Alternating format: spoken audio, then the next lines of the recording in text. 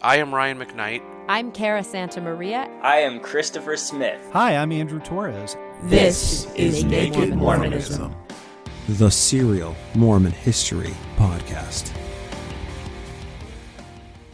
King Follet is languishing in a Missouri prison. He, Morris Phelps, and Parley Pratt attempted a dangerous escape from the jail, but King Follet was apprehended before he could get away. The nights are cold, the visitors are infrequent, the food is terrible, and the floors are hard. The worst part, though, King Follet's family made the trek from far west Missouri to Quincy, Illinois, without him to help, and he doesn't know when he's going to be released from prison. King Follet was, however, optimistic about his future. While Parley Pratt and Morris Phelps and most other church leaders were arraigned in on heavy charges of treason and murder for the Battle of Crooked River, testimony from Reed Peck during the November 1838 Court of Inquiry, which landed them all in prison in the first place, had exonerated King Follet from those heavier charges. That same testimony, though, placed King as the leader of the regulator squad of Danites who had ran their horses through the non-Mormon settlements and pillaged the towns before burning them to the ground. So he was officially charged with robbery, while nearly every other church leader who had been charged with anything from the Missouri Mormon War had escaped prison or been acquitted. King Follet was one of the last remaining Mormons in Missouri only because he was behind bars. From Joan Follet Mortenson's biography of King Follet describing the charges, quote, "The charge of robbery is also somewhat ambiguous. Sympathetically, Pratt recounted that King was dragged from his distressed family just as they were leaving the state, being charged with robbery, which meant that he was one of a posse who took a keg of powder from a gang of ruffians who were out against the Mormons. I have found no further details about where or when this powder cake incident occurred, although an owner is identified in King's trial. Reed Peck's account of the Missouri experience in 1839 did not name the last two Mormon prisoners who were still in Richmond jail in July 1839. Other records show that these two were Luman Gibbs and King Follet, but did provide further information regarding possible charges against them." Now quoting Reed Peck, "Of all that were taken of the Mormons, 2 only remain prisoners in Missouri, and I am safe in saying that they are the least guilty. One of them is guilty of standing guard over the Mormon horses while the company marched to attack Bogart on Crooked River. The other is guilty of executing plans laid by Sidney Rigdon to make the traitors, as he termed them, serviceable in defending the cause in Far West." Back to Joan Mortenson. "Gibbs was the horse guard, since another record identifies him as present at the Battle of Crooked River and admitting his assignment with the horses. The remaining individual is King. However, Peck does not explain what he meant by traitors or serviceable, so it does not clarify King's role beyond what was already known, that he was willing and able to help defend Far West. Nor does it identify whether this occurred before the city's surrender or afterward, when most Mormons were fleeing from the state." End quote. Louisa Follet and her 5 kids had made the journey to Quincy, Illinois by April of 1839, while King was being taken to jail. Like many families with husbands in prison after this Missouri Mormon conflict, the Follet family likely hitched their proverbial wagon to another group of families to ensure safe travel the hundreds of miles and the trek across the Mississippi River.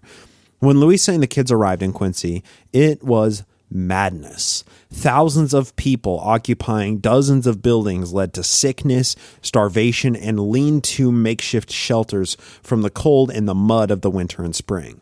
With no reasonable options left to kind of ameliorate the suffering, Joseph Smith and the Apostles decided the best course of action was to petition the federal government for a bailout in order to save the Mormons from this destitution. Throughout 1839, the leadership gathered thousands of signatures on hundreds of petitions for redress from Mormons who had lost their property during their time in Missouri, dating all the way back to 1833 when the troubles first began during the issues in Jackson County. The amount that the Mormon members and leadership billed the federal government totaled a Dr. Evil-esque $1.2 million, or about $35.4 million in today's money, or roughly the size of Bloody Brigham Young's estate when he died in 1877. All of these statements and affidavits were gathered into a file which Joe personally took with him to meet President Martin Van Buren and made a speech before Congress asking for them to bail out the Mormons. The government did nothing for the Mormons. However, in this file, Louisa Follet filed her grievances from their first settlement in Missouri all the way through the war of the previous year. Again, from the Follet biography, quote, Louisa's affidavit document losses amounting to $3,920 broken down by years. In 1833, she listed 3 claims amounting to $170, to loss of improvements on land and buildings, $100, to loss of provision and wheat in the ground, $50, to loss of time and expense from moving from Jackson County to Clay County. 1835 cost them $150 in loss of property, time, and expense by being driven from Clay County to Caldwell County. The most detailed claims are cited for 1838 to 39, a total of $3,500. The indignation in her voice is almost audible. To loss of land and buildings, not getting the value of them on the account of being obliged by the mob to leave the state, $800. To loss of time and expenses by moving from Missouri to Illinois and being detained from business previous to removal by the unlawful proceedings of the mob, $200. To loss of the company and being deprived of the assistance of my husband, King Follet, who is now and has been for a long time kept in prison, as I think contrary to the laws of the land, $500. And to being deprived of rights of citizenship in the state of Missouri, having been driven by a mob under the order of Governor Boggs from that state to the state of Illinois, $2,000, end quote. While this was going on, and Louisa was working to resettle her family and her children, 2 of whom were adult age, King Follet remained in the Columbia jail, awaiting trial for robbery, although the charges were somewhat unclear. The Missourians knew that he played a part in the war of the previous year, but the Mormon problem had all been dealt with, and it was bad optics to convict King Follet while dozens of more guilty men from the war remained, roaming free.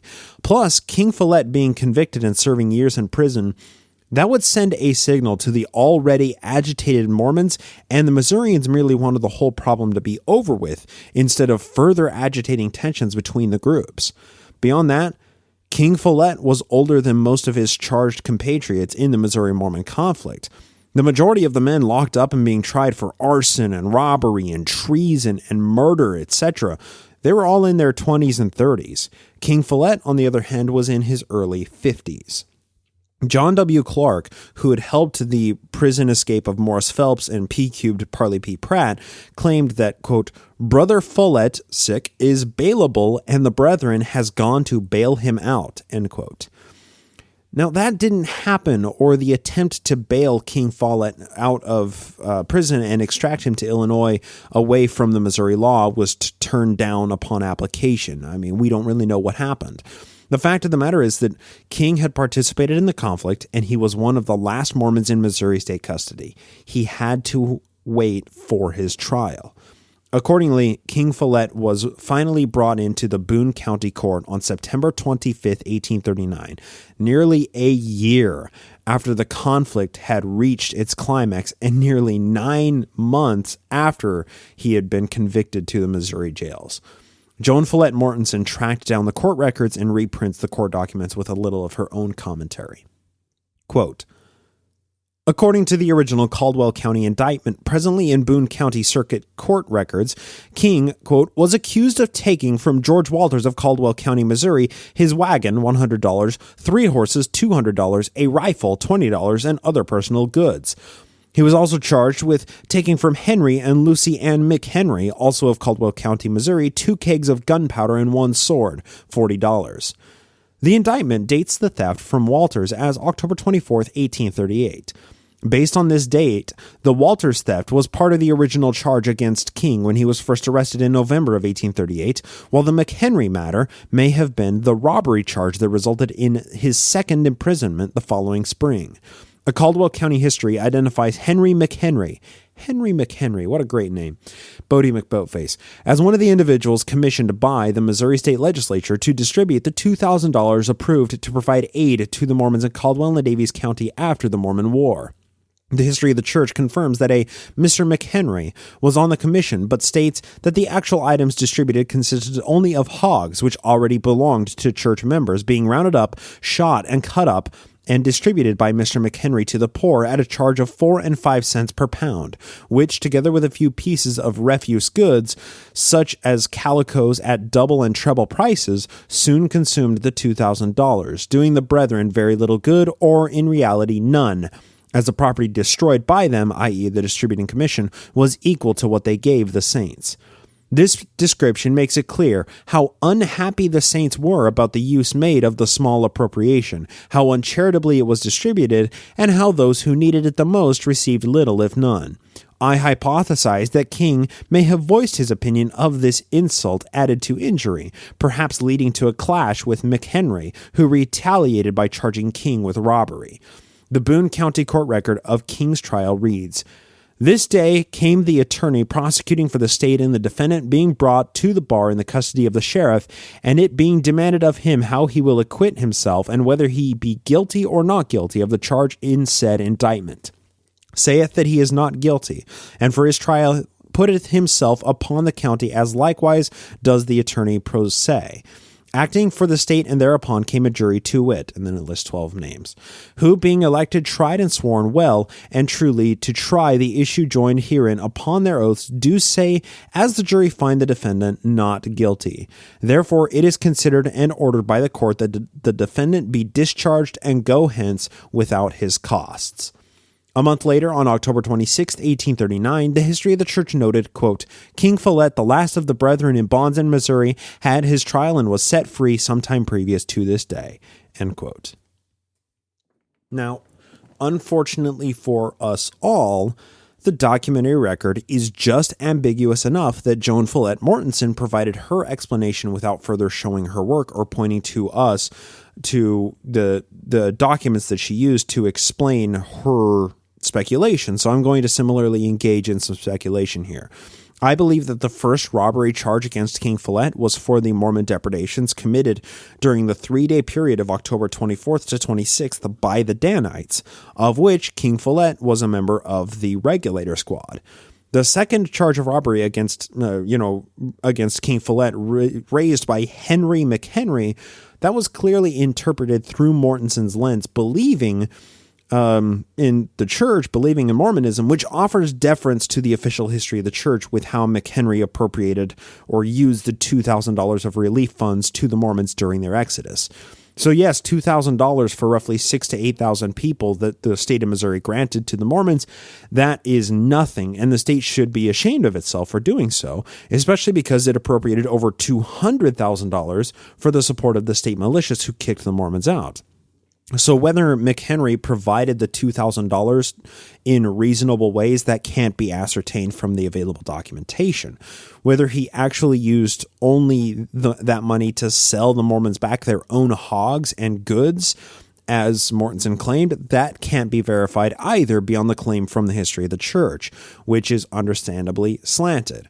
So if we're engaged in some healthy speculation here, maybe the second arrest of King Follet, which led to this second robbery charge, was actually because he was stealing from state food provisions to help himself and his family or some other Mormon families, which would merit a reasonable robbery charge. Got to eat to live, got to steal to eat, right? But the provisions is kind of a different issue from King Follet stealing powder kegs and a sword from the state militia, because that's pretty crazy. That would be like me stealing a Humvee from my local military base. I mean, that's robbery of a pretty terrible kind. But look, because the state of Missouri handled the Mormon issue in a terribly unethical and immoral way, all of the lines that we use to understand robbery in this case are kind of muddy. So my overall point is King Follet didn't stop being a Danite regulator after the Missouri Mormon War. The robbery that he'd committed in October that got him arrested in the first place was for the support of the Mormons at the direction of the prophet. The robbery that he likely committed against the Missouri agent Henry McHenry was probably likewise for the support of the Mormons at the direction of the prophet or one of his counselors. All of it seemed necessary because the people were starving and no other options seemed available to them beyond robbery.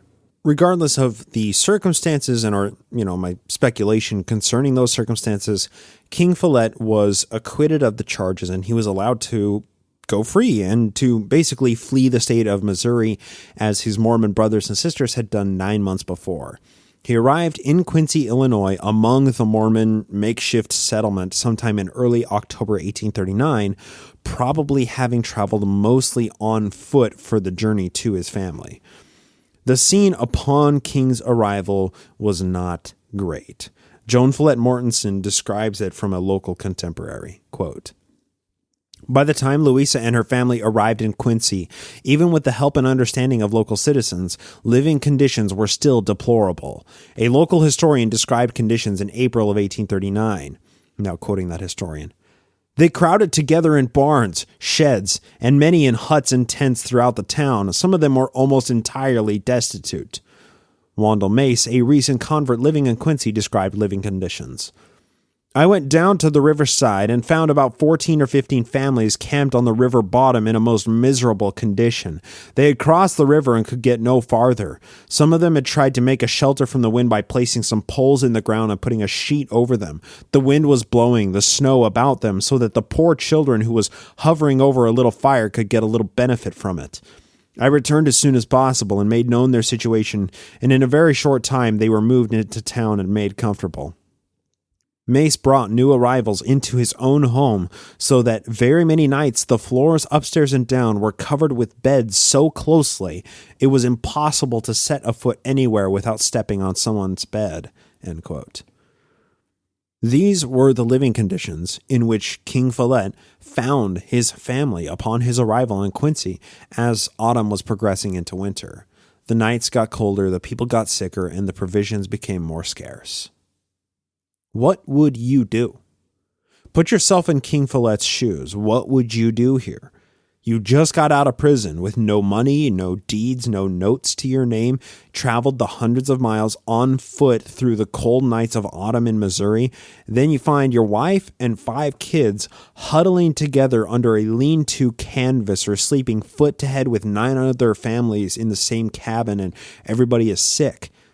There's no work for income. There's no plan to provide for the thousands of refugees, and there's no answers to why this happened. What would you do? How would your mind deal with this information? How would you believe that the church isn't true now that you've sacrificed everything and been so horrendously persecuted for it? Well, King Follet probably did about the only thing that he could do upon finding his family and all of his friends in this sad and destitute state. At age 53, he probably picked up an axe to cut firewood and timber or a scythe to help harvest some crops.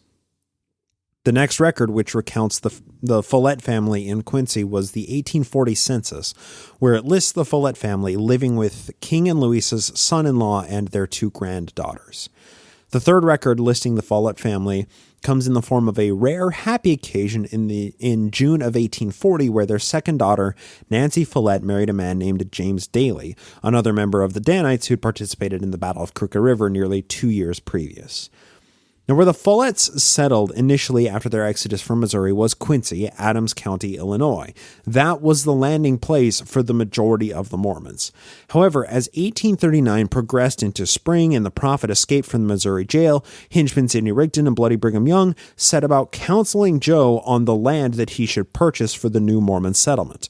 Quincy was already grunting under the weight of the Mormon refugees, and Joe settled on a swampland just north of Quincy on the Mississippi called Commerce in Hancock County. Joe purchased tens of thousands of acres in Commerce and across the Mississippi in the Iowa Territory around the small settlement of Montrose. Commerce was a perfectly situated sort of settlement, and basically it was a clean slate for the Mormons to have a new beginning with very few citizens living near to bother or to be bothered by. Commerce was a peninsula into the Mississippi, providing multiple launch and loading access points to the largest commercial river in America at the time, the Mississippi. It also had a high elevation area perfectly suited for a temple to crown the city, and the flats below that hill could be drained of the swamp water to create very cheap land for the lower income and the commercial area of commerce. It was soon to be named Nauvoo, the Beautiful. After Joe's return from his very unsuccessful petition to Congress and President Martin Van Buren for redress, John C. Reckitt Bennett joined the Mormon movement and used his extensive political connections to push through the Nauvoo City Charter, which was passed in December of 1840 to go into effect the following February. This made Nauvoo an official Mormon city, and resettlement from Quincy accelerated. From Joan Follet Mortenson's The Man Behind the Discourse, the biography of King Follet, quote, "Church members living in Quincy accepted the call to make this next move. However, they had been accepted so well there, in Quincy, it was difficult for them to think of making another move. Helen Mar Kimball Smith Whitney, then about 12 years of age, wrote in 1881 that although the move was difficult, nearly everyone realized the Saints had to have a home of their own." She continues, "We were 2 days on the way and the journey was quite pleasant, but upon arrival she was quickly homesick and sick of the country." Now quoting Helen Mar Kimball Smith Whitney. "We were surrounded with trees and hazel and other underbrush. The whole country was quite wild, and wolves being plentiful, we were treated nightly to their serenades, commencing at sundown and continuing at intervals till morning. The contrast between that place and Quincy, where we had spent the spring and summer so pleasantly, and everything seemed so delightful to me that it made the dreary-looking place anything but interesting. But the scene changed as it were by magic, through the persevering industry of the Saints, and soon instead of a forest, the country was dotted over with houses and gardens, and flowers were under cultivation." The Follet family again left no record of their lives during this period, but the parallel experiences of others provide suggestions of these early Nauvoo years. End quote. The resettlement of thousands of people to a fetid swampland was a monumental endeavor. What made it even worse was the financial state of affairs for every single one of those people. They'd been run off of their land and property in Missouri in 1839. They were waging a Cold War of sorts through the latter half of 1838, meaning there were plenty of crops left in the ground to rot, taking the invested wealth with them. Most Mormons didn't have 2 shillings to rub together for warmth, and the only influx of cash that they had was the credit that folks were willing to extend to Joe and the Mormon leadership. That's how Nauvoo was built and survived. Credit. A lot of people died from illness and malnourishment during this early era of converting commerce into Nauvoo. From the biography, quote, "A major challenge was the undrained swamp that lay along the riverbank, fostered thousands of mosquitoes, and offered sluggish, impure water. Early arrivals had to immediately drain the land and clear away heavy vegetation before they could plant crops or construct homes. They did not understand the vector of the disease, so many, perhaps most of them, contracted malaria, characterized by cycles of chills and shaking, followed by sweating and high fever, which they called the ague. With little medical care available, they had to help each other, and mortality rates were high. During July, the prophet himself became ill, but buoyed by the Lord's Spirit, he went among the members, laying hands on them and pronouncing priesthood blessings of healing. Samuel Kendall Gifford, no doubt like many other members, interpreted such illness as a trial. Saints who met the challenge with faith could draw down the Lord's blessings. This was a very sickly place, and none but saints could live there, and many of them died before they could subdue the destructive elements that filled the air in consequence of the low, marshy land that lay right in the midst of the town. But through the perseverance of the saints coupled with the blessings of God, the swamps were drained and the land and elements were dedicated, and sickness and death became less frequent. Comfortable dwellings, fruitful fields, orchards, gardens, mills, and other improvements and comforts sprang into existence to the astonishment of all around." Eliza R. Snow expressed similar feelings. The location of the city of Nauvoo was beautiful, but the climate was so unhealthy that several efforts had been made to build it up and as many times abandoned. It seemed to have been held in reserve to meet the occasion, for none but the saints full of faith and trusting in the power of God could have established that city. Through the blessings of our Heavenly Father on the indefatigable exertions of the saints, it was not long before Nauvoo excited the envy and jealousy of many of the adjacent inhabitants." End quote. Once again, it is mind-blowing to me, and it's really notable that these thousands of people, including the Follet family, had suffered so much. They'd been robbed, their homes had been pillaged, they'd been dragged from one state to the next. They'd fought in open rebellion against the government. They were driven to absolute poverty, were afflicted with unending illnesses, and altogether just anguished under the insanely horrible leadership of Joseph Smith. I mean, the mind control power granted through suffering may be the most powerful implement in the toolbox of a tyrant. Like, Roman decimation is a stark example of how suffering can be utilized to engender unyielding fealty. And that same concept is at play here. It's like the Follets and every one of the Mormons suffering from this, they could have walked away at any point, right? But they wouldn't walk away because suffering galvanizes. Suffering creates kinship more powerful than any rationality, and Joe recognized this, and he successfully harnessed that suffering for his own aggrandizement, and the people thanked him for it. The people knew what they were doing was right because they were opposed at every turn.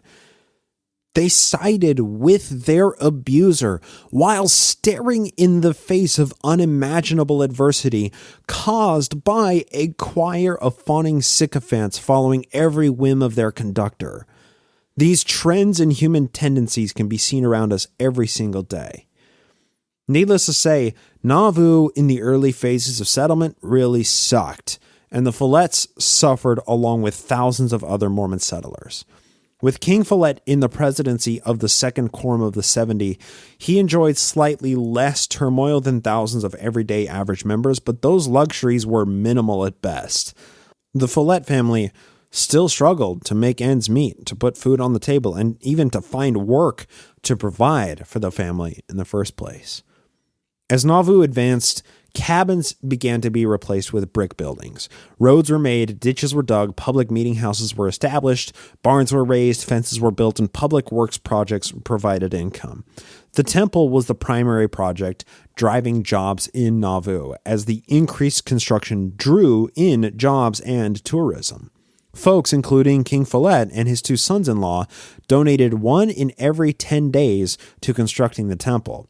Raw materials were paid for with credit.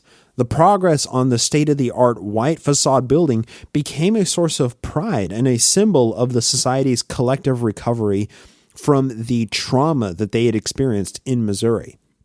King Follet probably marched in the Nauvoo Legion cornerstone laying parade when the construction for the temple actually, officially started. Now, this should also be noted in conjunction with the Nauvoo Legion. Follet family folklore, that's kind of a fun phrase. Follet family folklore claims that King Follet was one of Joe's bodyguards. Now, that term was pretty widely used, and I'm sure many of you with ancestors who were in the Nauvoo church probably have similar family folklore. I know that my family does. But what did it mean to actually be a bodyguard of Joseph Smith?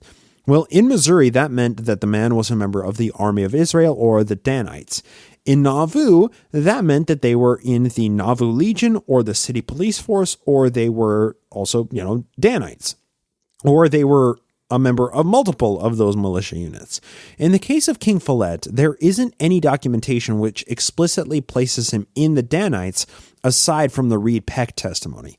However, because he was charged with Danite-related crimes in Missouri, he was very likely a member. Beyond that, he was also an official member of the Nauvoo Legion. He received the designation of captain in the 2nd Battalion.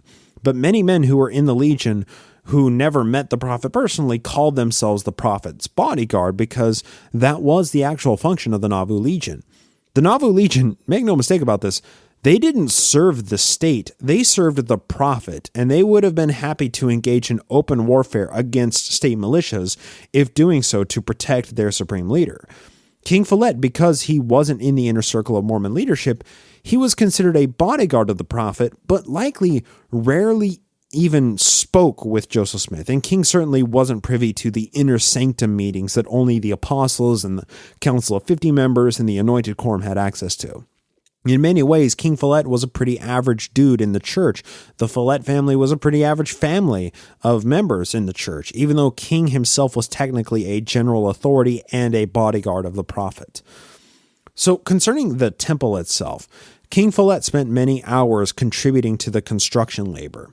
Members who donated their tithe to building the temple, that's one in every 10 days, they would also, if they worked beyond that, they would get labor vouchers from the temple building committee to be used in the temple store, which the temple store started as Joe's red brick store, but eventually became an entity of its own.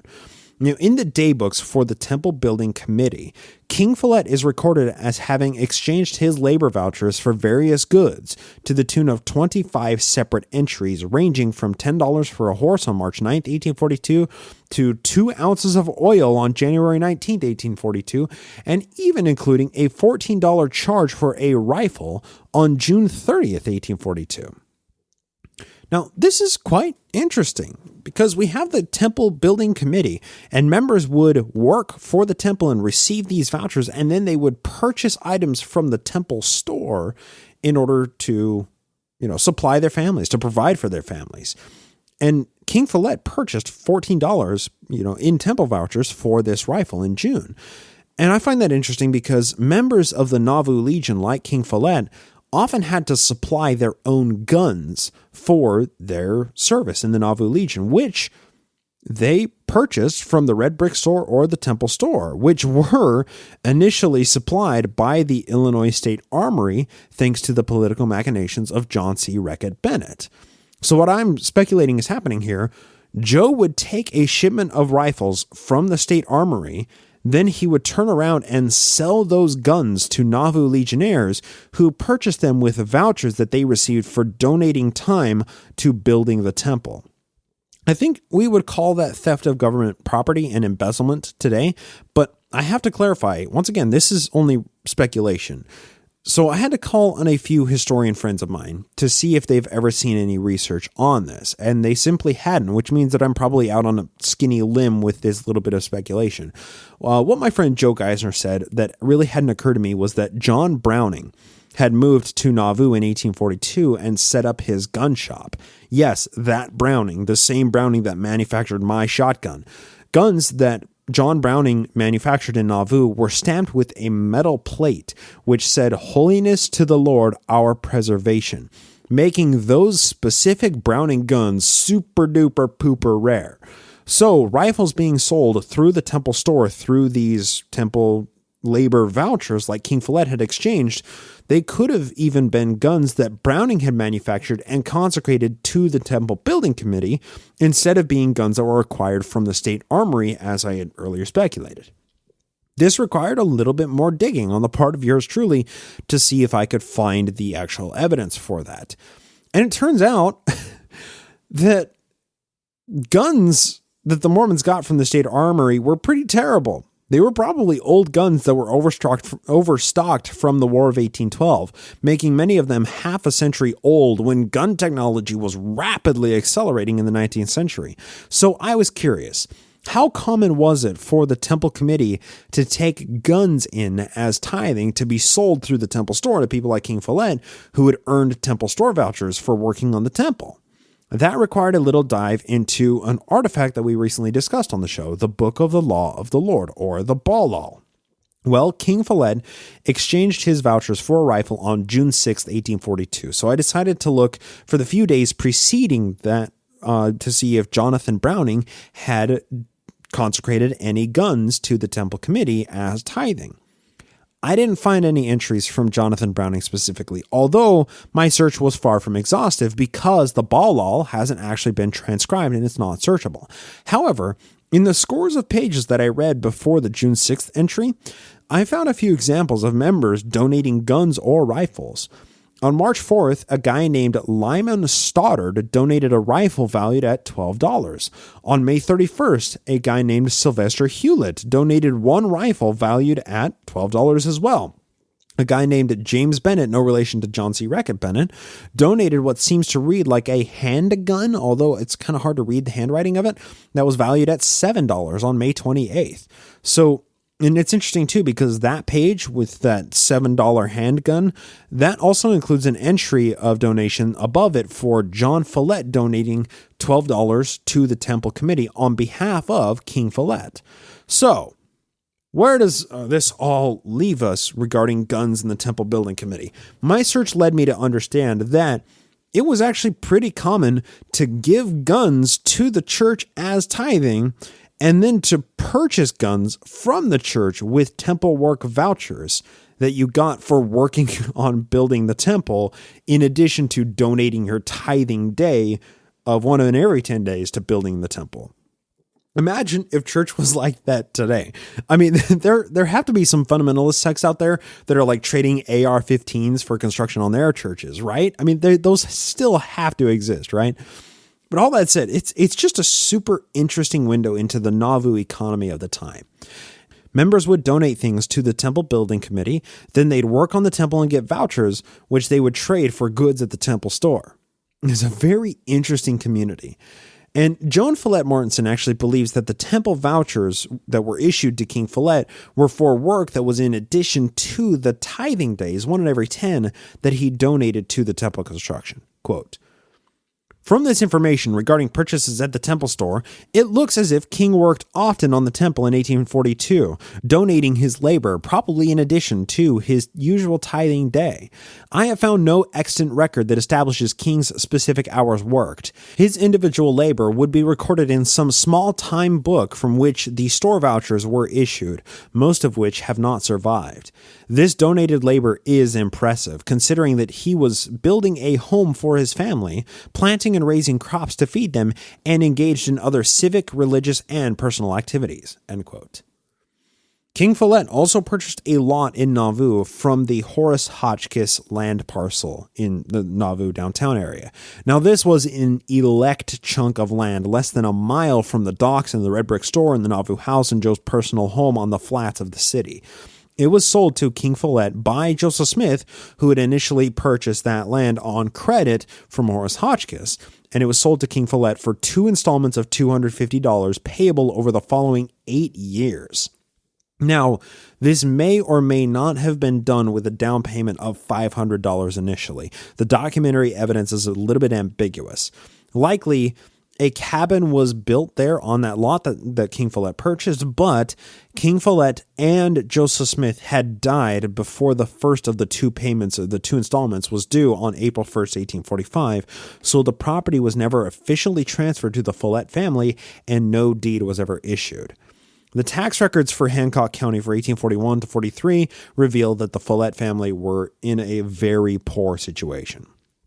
Also of note, at this time, King Follet and 93 other people signed a petition to the mayor, who was John C. Reckitt Bennett at the time, about cleaning up the city's water supply.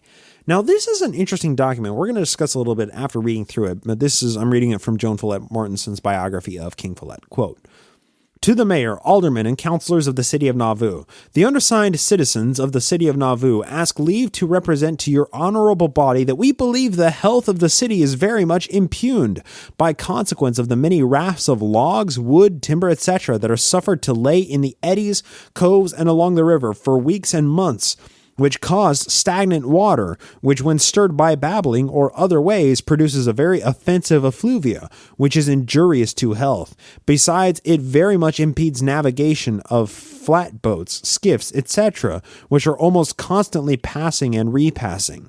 We therefore request your honorable body to take immediate measures to protect the city against this evil by passing an audience to that effect." End quote. Now, why this is interesting, people at this time may not have known that malaria was passed by mosquitoes, but they were well aware of the inconvenience of mosquitoes and the fact that standing water caused mosquito breeding grounds and made water stagnant and fetid. So this being signed by King Follet taps into something that we discussed in the first part of this series in his early life. King Follet was no stranger to politics and city ordinance work. Back in St. Lawrence County, New York, he had been on the road commission as an overseer for road construction and maintenance. It seems that the skills that he had acquired during those years were utilized to help with Nauvoo city affairs in this matter of standing water from logs being shipped down the Mississippi to the city. Now, very few records survive history bearing the name or signature of King Follet, but this is one of the few, and it reveals a person who was engaged in the social contract of civil service when the occasion was required. In addition to being a very average family in church leadership, this document evidences that King Follet was also an active contributor to society. It's really quite interesting. Also, to shift gears here, doctrinal developments also drove a wave of interest in the church in the Nauvoo era, both for insiders and for outsiders. Of course, but for insiders, they were seeking greater knowledge and understanding, right? 1842 marked a crucial year for Mormon doctrine. The Book of Abraham, claimed to have been translated from the 1835 Egyptian papyri, the endowment ceremony, the anointed quorum, the relief society, baptisms for the dead, and a litany of other, somewhat less consequential developments morphed Mormon theology into a more distinct American religion, even further divorced from its earlier Protestant roots. The Female Relief Society of Nauvoo was formed in March of 1842. At the second meeting on March 24th, 48 women were inducted into the sorority.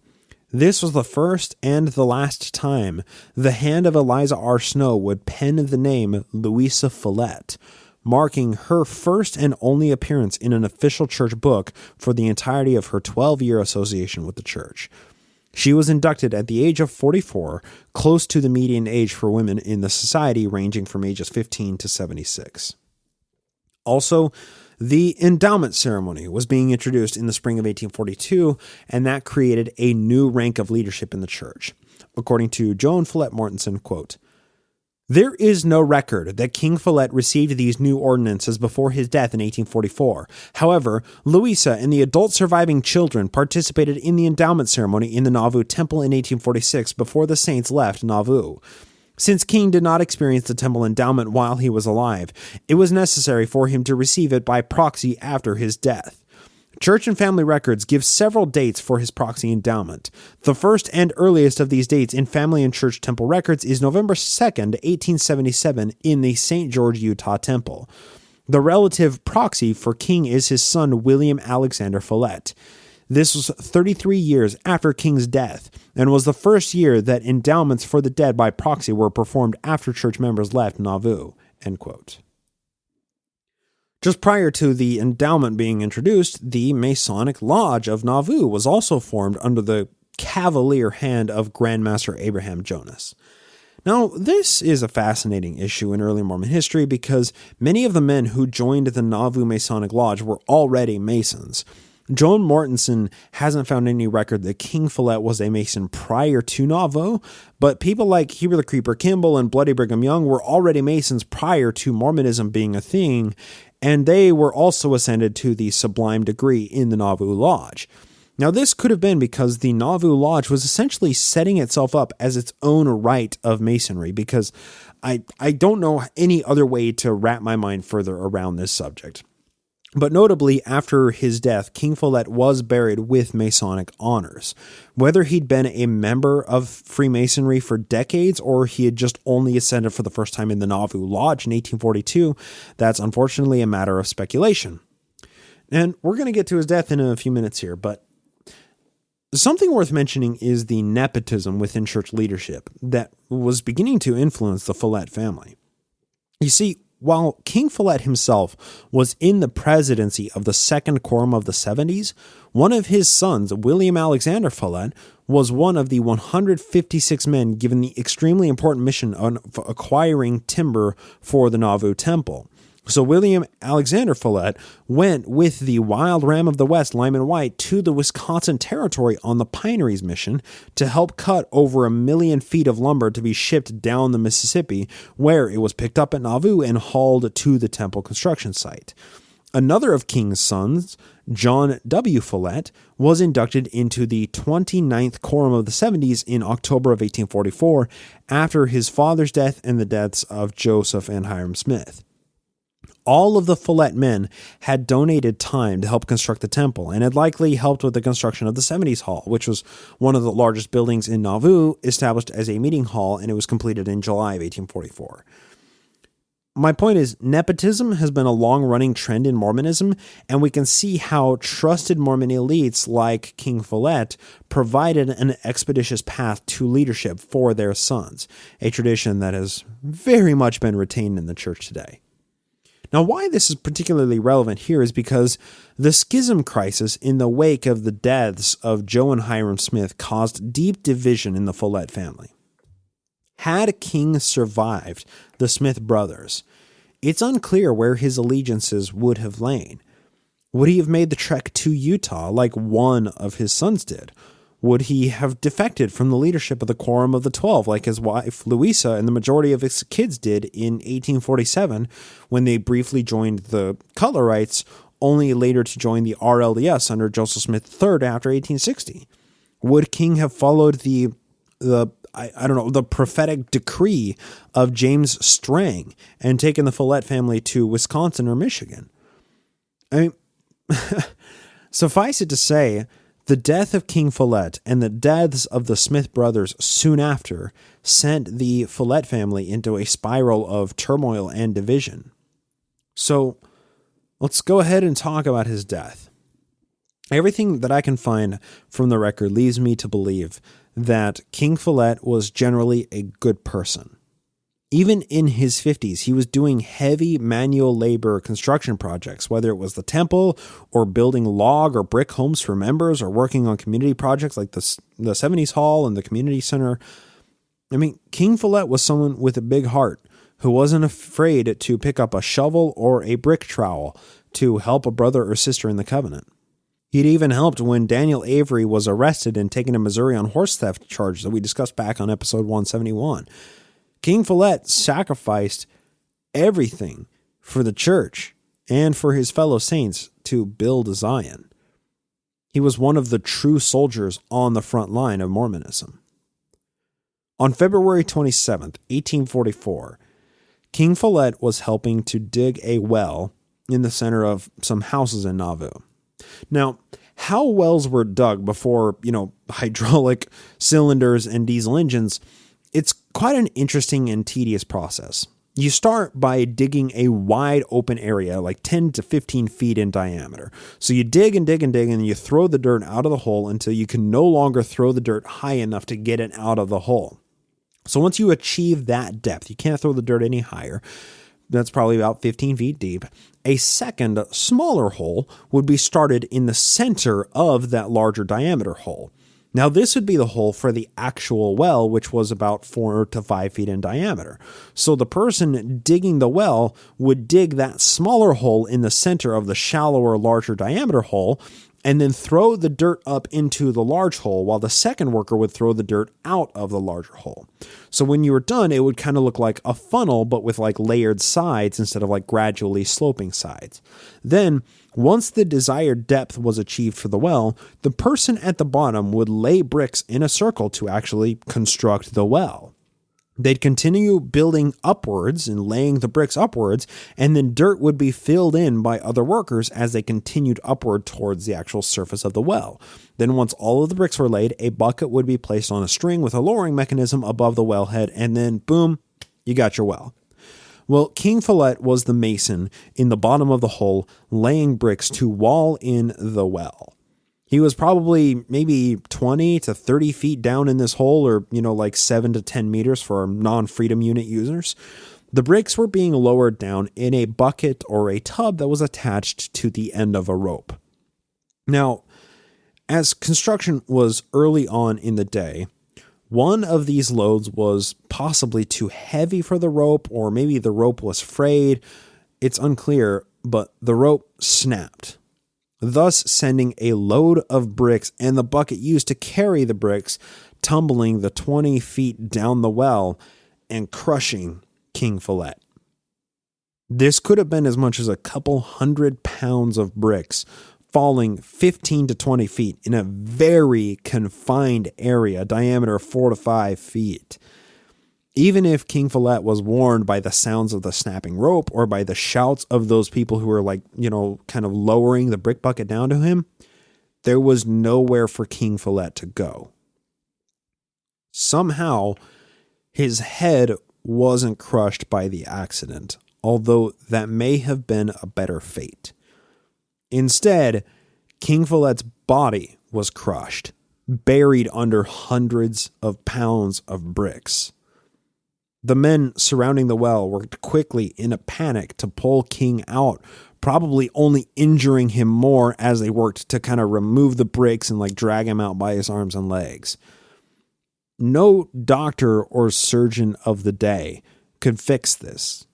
There was nobody with the knowledge and the expertise and the tools to remedy King's terminal condition of broken bones, internal bleeding, and crushed organs. So King Follet was taken to his home, and he suffered unimaginable pain for 11 days. On March 9th, 1844, King Follet gave up the fight that his consciousness waged against his broken body, leaving his wife, Louisa, his 5 children, his 2 sons-in-law, and 2 grandchildren behind. Exhibiting how well-loved King Follet was in the community, 2 obituaries were published for him in the Nauvoo Neighbor, and 1 separate obituary was published in the Times and Seasons. The Nauvoo Neighbor obituary even includes a personal sermon written by a friend of King Follet. It says in part, quote, "He shared in the violence of Missouri persecution, was cast into prison, and endured many months' imprisonment, and after long delay obtained a trial on the charges preferred against him, and was honorably discharged, being acquitted of all the crimes with which a band of wicked persecutors could charge him. All the persecutions he endured only tended to strengthen his faith and confirm his hope, and he died as he had lived, rejoicing in the hope of future felicity. So the righteous pass, and so they sleep, until the mandate of him for whom they suffer and in whom they trust shall call them forth to glory, honor, immortality, and eternal life." Brother Follet's funeral was attended with the highest honors and most marked respect. A procession a mile in length followed his remains to the narrow house. The emblems and paraphernalia of the fraternity that glittered along the lengthened line showed that his fidelity had entitled him to the benefits of Masonry, under the honors of which, in due Masonic form, he was consigned to the solitude of the grave. End quote. During his funeral, Joseph Smith conjured his greatest and most fully documented theological sermon in the history of Mormonism, known as the King Follet Discourse. Now that we know about the man behind the discourse, we can finally discuss the discourse itself. But let's wrap today with talking about Louisa Follet after King's death. She was broken to pieces. In a rare moment that historians delight to see come through the preserved record, Louisa's mourning drove her to writing a journal. She didn't keep it very regularly, with breaks of weeks and months between entries, and she only kept it for 1 year, but she did keep a journal which reveals her inner turmoil resulting from the death of her husband. It was a small 4x6-inch notebook, and it was preserved in the archives of the Iowa State Historical Society. Beginning June 5th, 1844, she journeyed to her home to visit her siblings and her elderly father. Her entry for June 16th, 1844, provides a brief window into her tumultuous mind. Quote, "I am now 1,500 miles from Nauvoo, a stranger in a strange land, without money, and no kind friend that is acquainted with my circumstances to take an interest in my welfare. The earth to me is a tiresome place, and when it will assume a different aspect, I cannot tell." End quote. During this journey to visit family, while she was mourning the death of her husband, she received news of Joseph and Hiram's deaths, which shows an acute pain built on the foundation of an already aching heart. And she wrote her thoughts in verse, quote, "O wretched murders for human blood, you've slain the prophets of the living God, who've borne oppression from their early youth to plant on earth the principles of truth. O Illinois, thy soul has drank the blood of prophets martyred for the cause of God. Now Zion mourns, she mourns an earthly head. The prophet and the patriarch are dead." End quote. This little notebook of Louisa Follet's journal is truly an amazing artifact to have preserved in a state archive for over a century. And now, the most crucial and heartfelt entry is the very first entry in that notebook, written on the day of King's death in the form of a poem, the only words written under that date.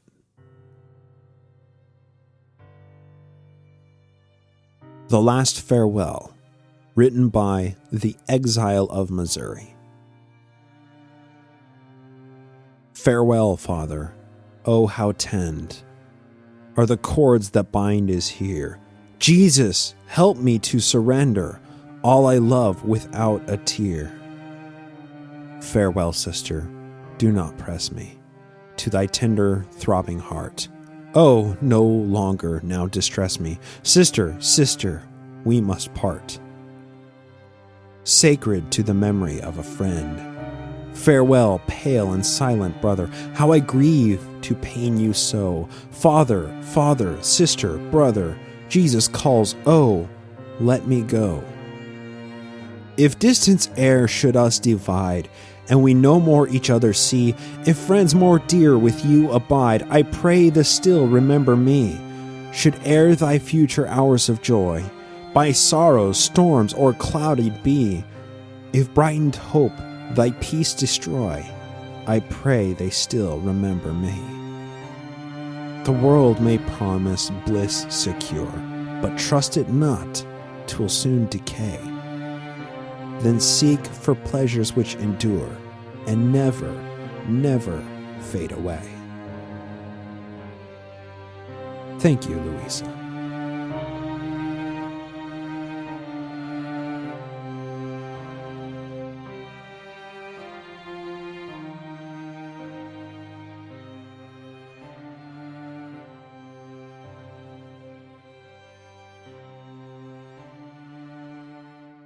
That's going to do it for our episode today. Had a little bit of listener mail to get to. We don't do these every episode, but once in a while I get something that comes in that's particularly notable, and this comes in from anonymous name, well, let's say a Reddit username of you broken-missionary.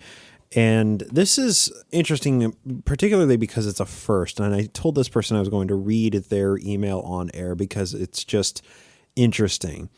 And I'm just going to read the email in totality here. It says, "Hi, Bryce. I love your show.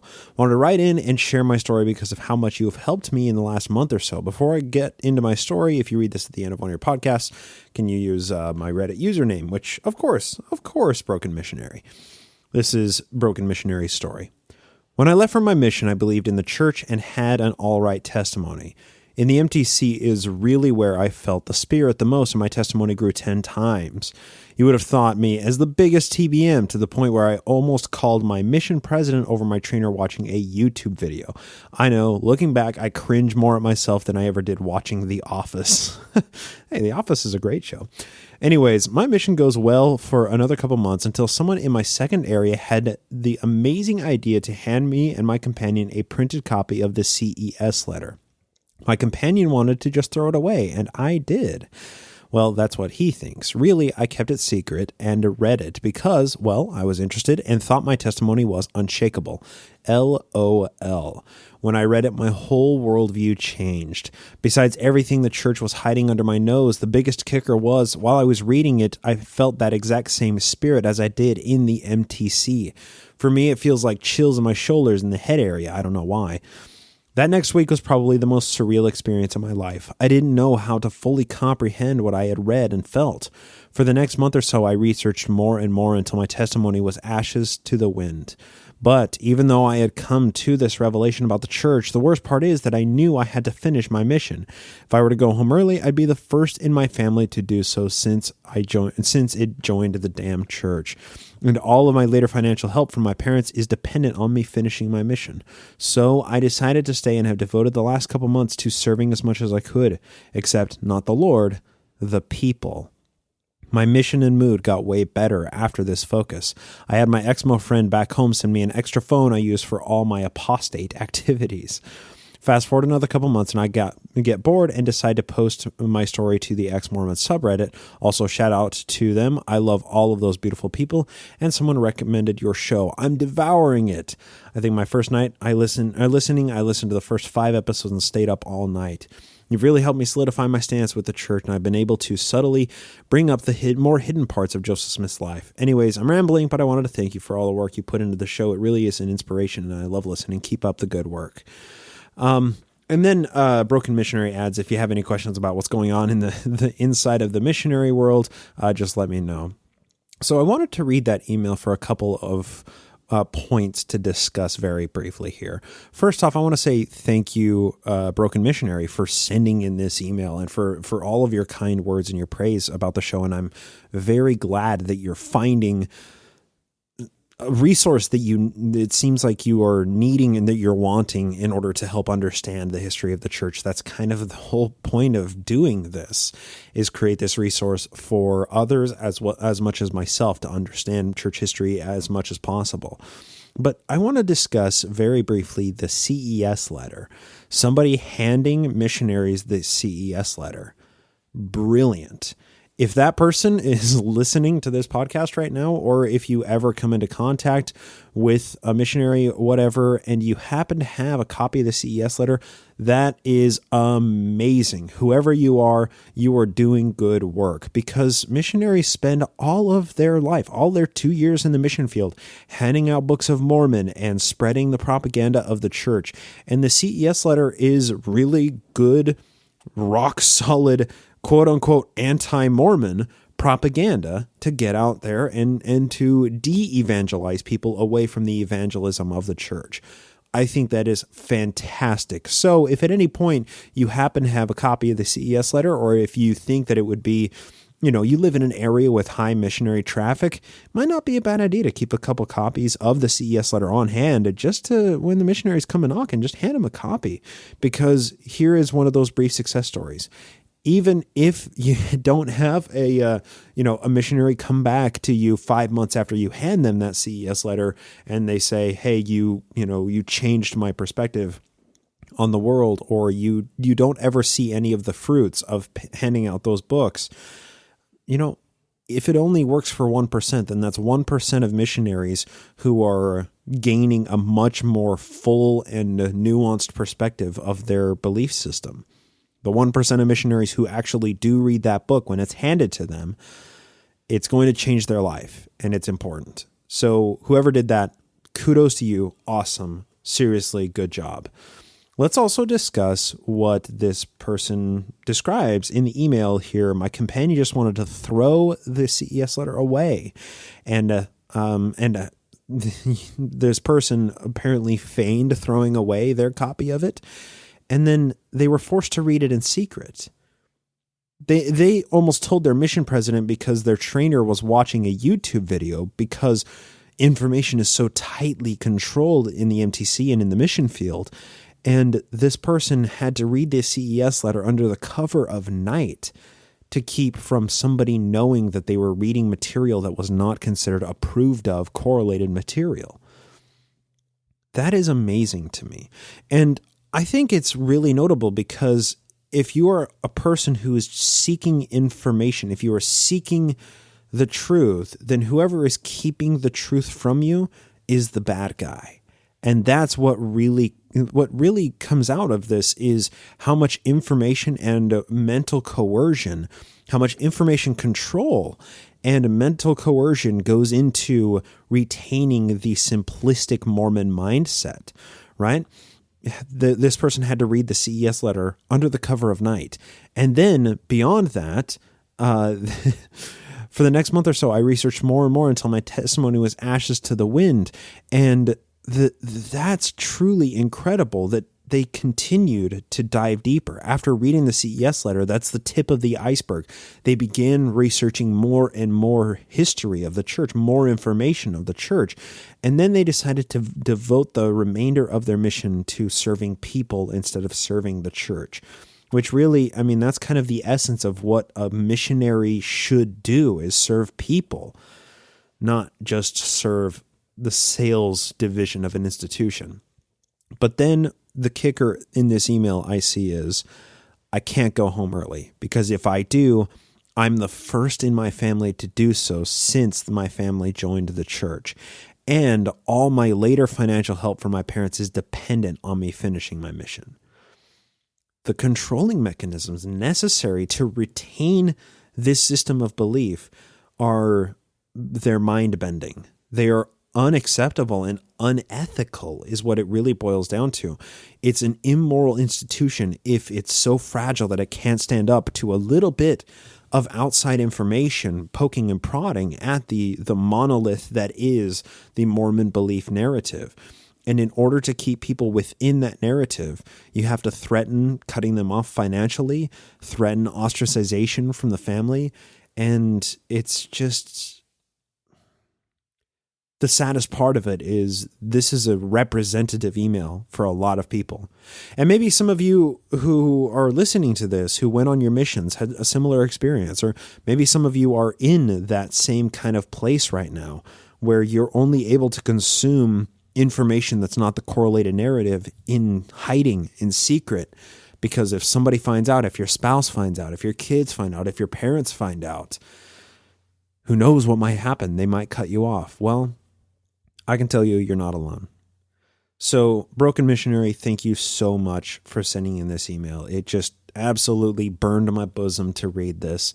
And I truly believe that if you are finding value in the podcast, then that's what means so much to me. And I just loved receiving this email and reading it from top to bottom.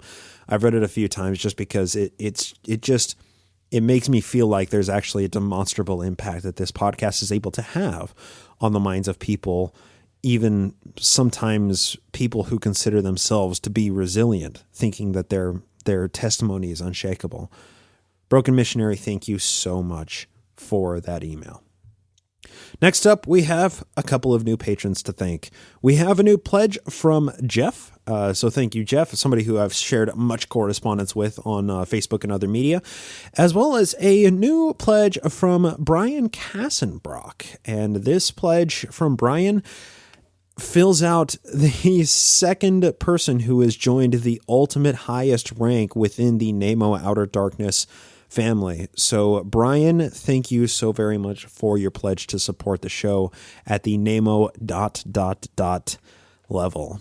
That puts us, I mean, surprisingly, thanks to our last two extremely generous pledges, that puts us pretty close. I mean, reasonably close to our next goal. And as the goal stands right now, it's obviously not very motivating to people because we haven't seen an extreme increased amount of pledges since the goal was edited about a year and a half ago. We haven't achieved that goal. So I'm going to dream up a new goal. I have something in mind, but I have to bring together a couple of other pieces together before I'm actually able to feel comfortable announcing what that goal is. So just keep that in mind. If we do hit that next goal of $1,000 an episode, which is super helpful, I have an idea of what I'm going to be doing to basically give the patron supporters something real special. It's not just reading through old Mormon books and giving my commentary, as has been with the Nemo Book Club lately.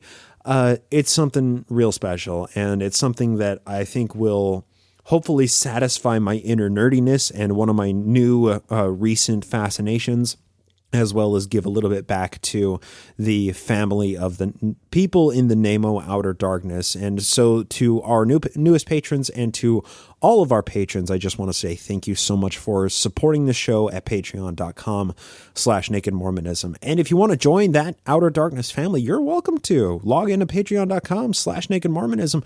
Sign up for as little as $1 an episode, or, a coffee a month, basically.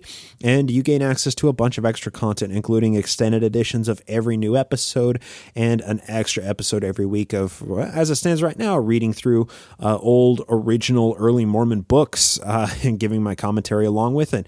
But like I said, there's something in the works that I'd really like to do to really give something substantial and something you can sink your teeth into back to this community. So with that, we are done for the show today. Thank you all so much for sticking around. Thanks for, subscribing to the show and listening to the very end. I just really genuinely appreciate it. And, hey, let me do the proper outro. Thank you so much for lending me your ear. Hope to talk to you next time here on the Naked Mormonism Podcast.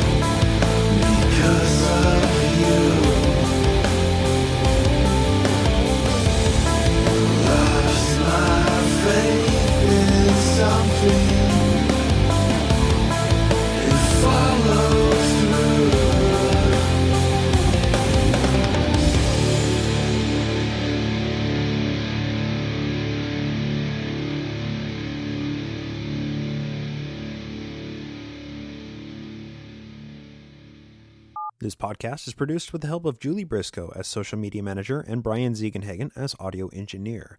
Music is written and produced by Jason Camo of aloststateofmind.bandcamp.com and used with permission. Legal counsel is provided by Andrew Torres of the Law Offices of P. Andrew Torres and the Opening Arguments podcast. Naked Mormonism is a production of Ground Gnomes LLC. Copyright 2020. All rights reserved.